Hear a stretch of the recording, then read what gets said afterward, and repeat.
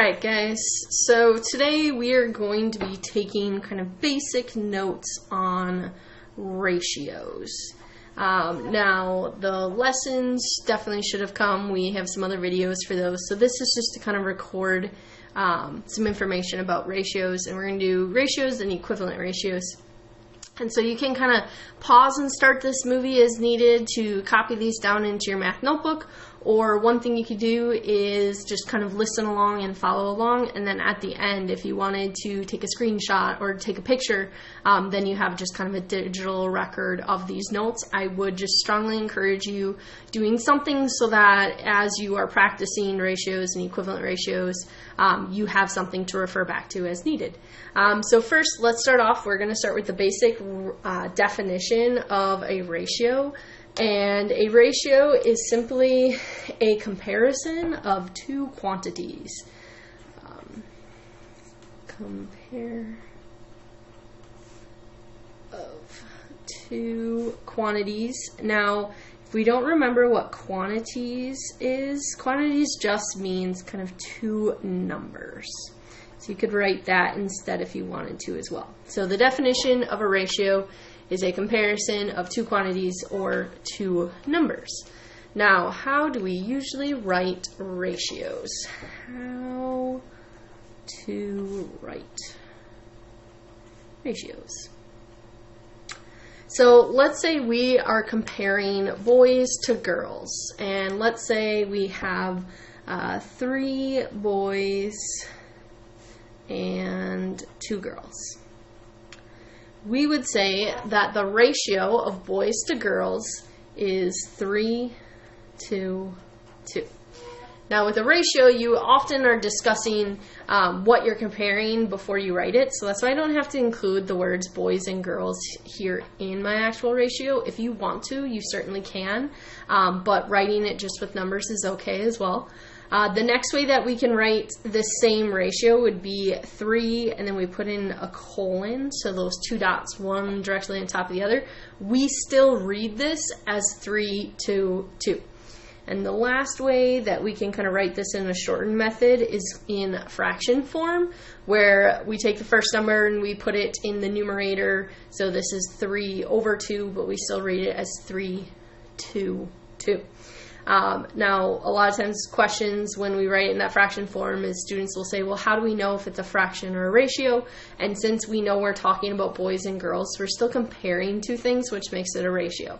In a fraction, you are taking a piece of one thing. So like 3 halves, let's say if you have 3 halves of a pan of brownies, that's all comparing brownies. It's saying out of the halves, you have 3 of them.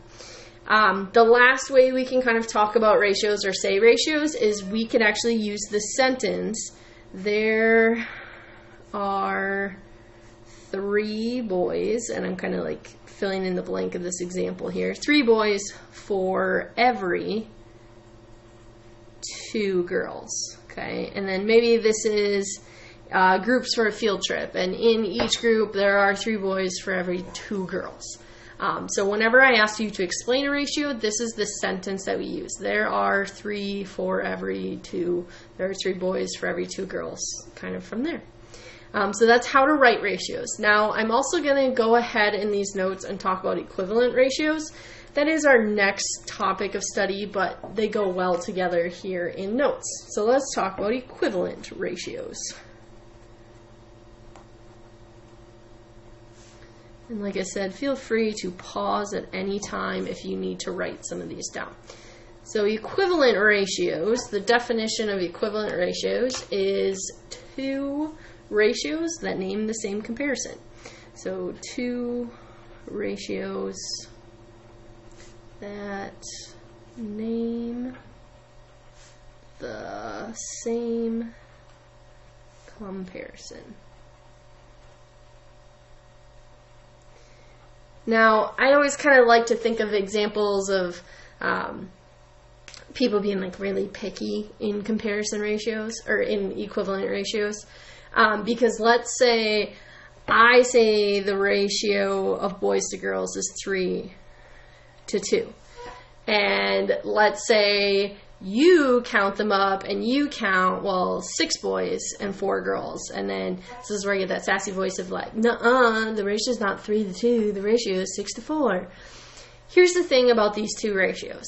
If we took the ratio 6 to 4 and we divided both of those parts by 2 because they're both even, we would then end up with a ratio 3 to 2. Well, that's now the same here. Sorry, couldn't see that little bit of it. So whenever you have two ratios that can simplify to the same ratio, you know they're equivalent ratios. Now, let's say going a different way, you have a ratio of, let's say, 4 to 1, and then you want to tell me an equivalent ratio to that. The best way to find an equivalent ratio is to go by that ultimate rule of math. Of what we do to one, we do the other. So I'm just going to take both parts of this ratio, and let's say we want to do times 3. I'm going to multiply both parts by 3. That would give me a new ratio of 12 to 3. That's equivalent to 4 to 1. And anytime we take ratios and we either multiply them up or divide them down, we're going to make equivalent ratios. And all it's saying is, let's say it was 4 to 1, because these are the colors I have right now. Let's say this was blue to red. So I'm going to add this in here, blue to red. All right, so I have 4 blue dots and 1 red dot. Now, if I take this ratio and I multiply it by 3, like I did right here, I would end up with, okay, so I have my 4 red dots, but I'm going to have that times 3, and then I'm going to take my 1 red dot, and I'm going to do that one times 3 as well. So in here, I now have 12 to 3. I have 12 blue dots for my 3 red dots.